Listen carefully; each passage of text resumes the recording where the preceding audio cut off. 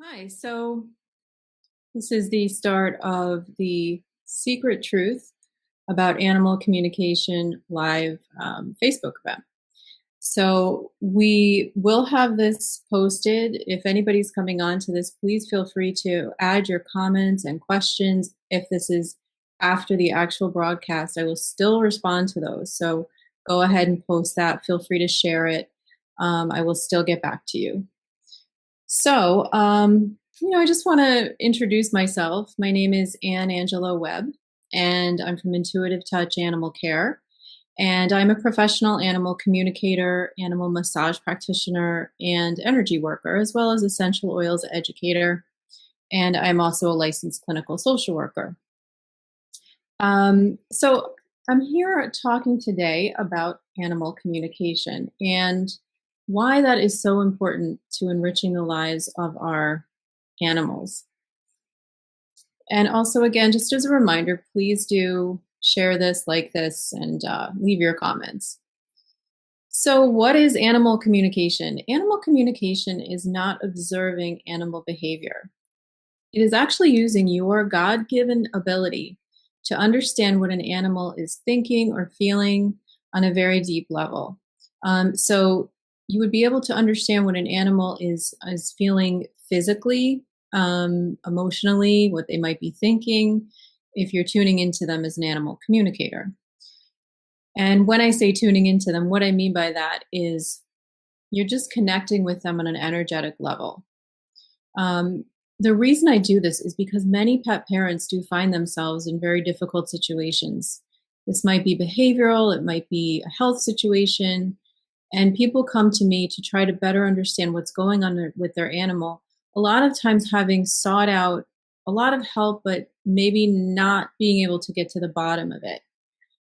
So that's when people will come to me. Although many will still come to me even if they just want to understand their animal better, even if they're not sort of in a kind of crisis situation. So, just to give you a little bit about my background, although I had the ability to communicate with animals ever since I was a small child, I really didn't know what it was called. It was just something that I did, and it was something that I really enjoyed doing. Hi, Luani. Thank you for coming on the call. So I really didn't know what to call what I was doing. It was just something that I did. And later on in life, my mother actually invited me to a course in animal communication that she was going to sort of on a whim.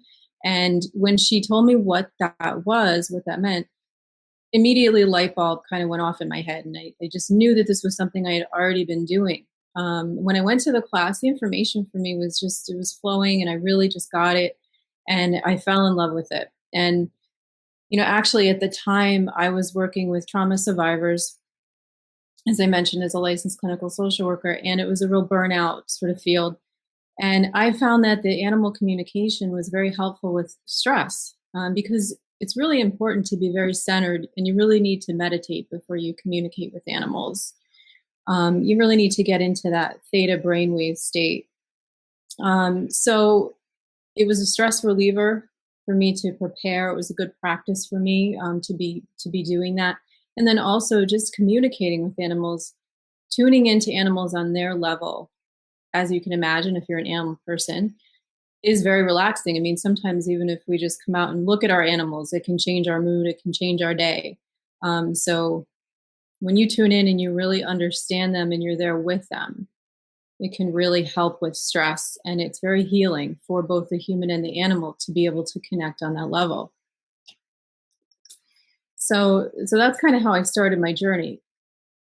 So there was that excitement, but after a little bit, a realization it came to me that I had some regrets because until I really started honing that skill and intentionally using it, before that I had animals and I realized that I had not been connecting with them as deeply as I probably could have or extensively. Probably on some level, it was communicating with them. But when I look back on certain situations, I realized that I really didn't get the full benefit of having that kind of connection on that deep and profound level. And that's everything from just, every day wanting to be in better connection with your animal to end of life issues. So that became a real passion of mine, being able to share animal communication with others, and so that other people didn't have to have that regret. So I just want to give an example of how animal communication can impact an animal and the lives of an animal lover. So talking today about Syd. Syd is a pit bull, and Syd, his father, Rob, contacted me. He had been referred to me by somebody that I'd already worked with. Syd was in a very bad state. He was in an animal hospital, not doing well. He lost about 21 pounds over the course of several weeks. And he wasn't doing well at all. So Rob contacted me to help with Syd's situation. And when I connected with Syd, what I was getting was that they needed to look at his pancreas. And I let Rob know this, and he went to the vet, and the vet was luckily very open to hearing this information.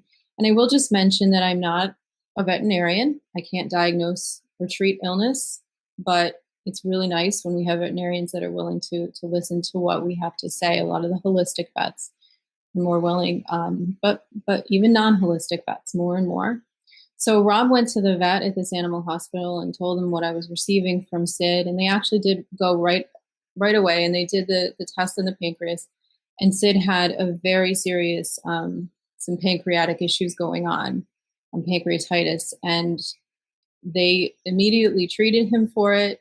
Syd got well very quickly and was able to return home to Rob. So that's just an example of how connecting in with an animal at such a deep level can impact their lives and our lives, because we love these animals. So we want to do everything we can to help them, of course. At the same time, I know that there's skepticism out there. And I myself, I really do believe in doing my research. That's very important to me. And there is a biologist who has done a lot of studies. There's actually been hundreds of studies over the course of the past maybe 100 years of animals and people being able to connect mind to mind, to share each other, understand each other's energy.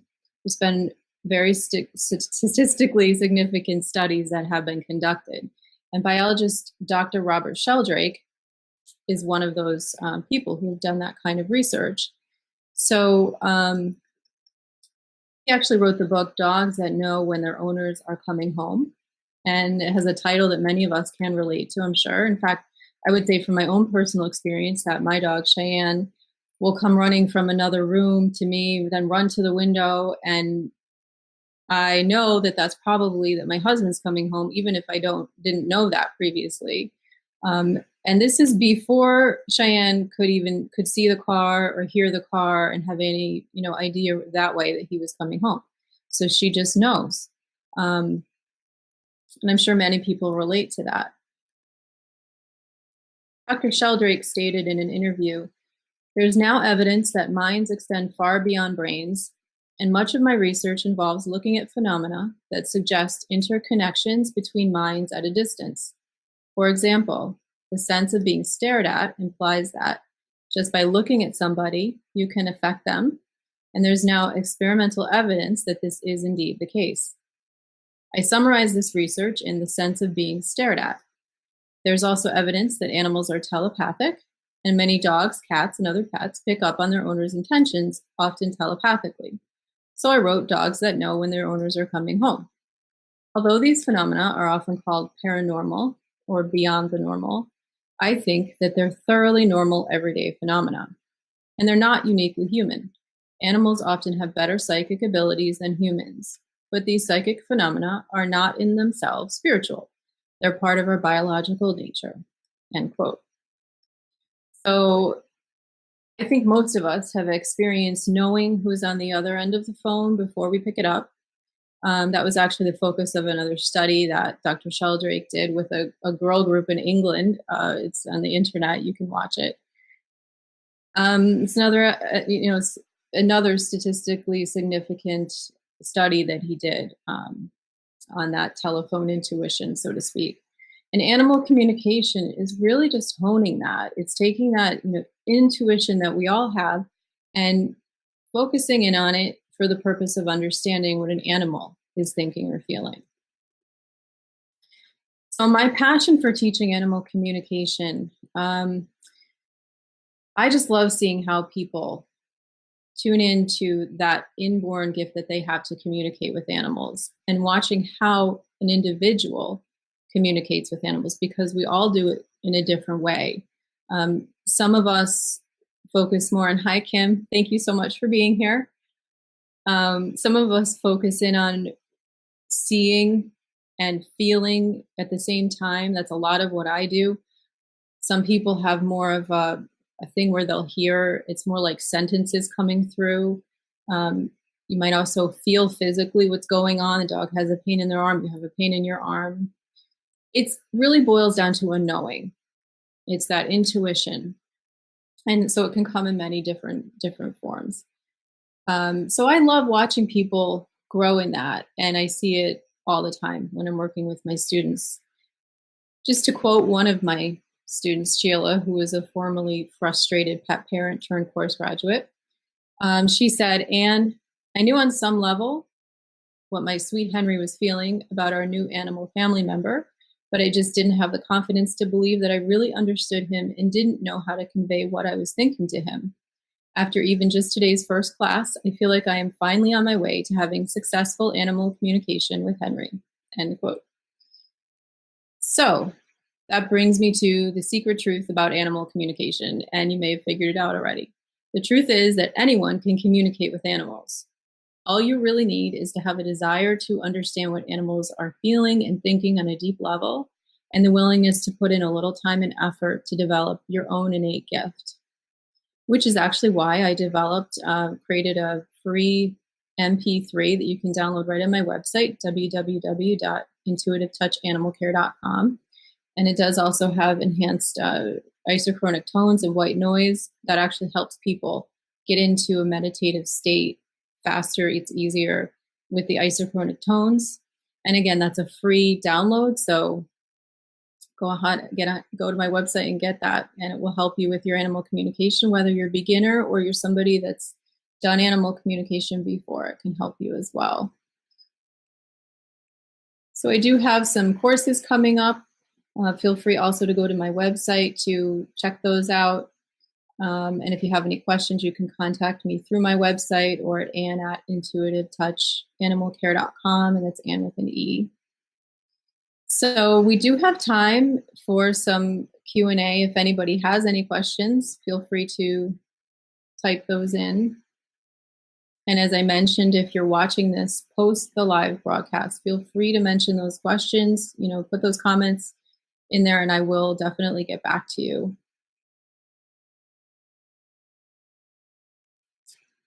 All right. Well, thank you so much for watching, and please keep in touch.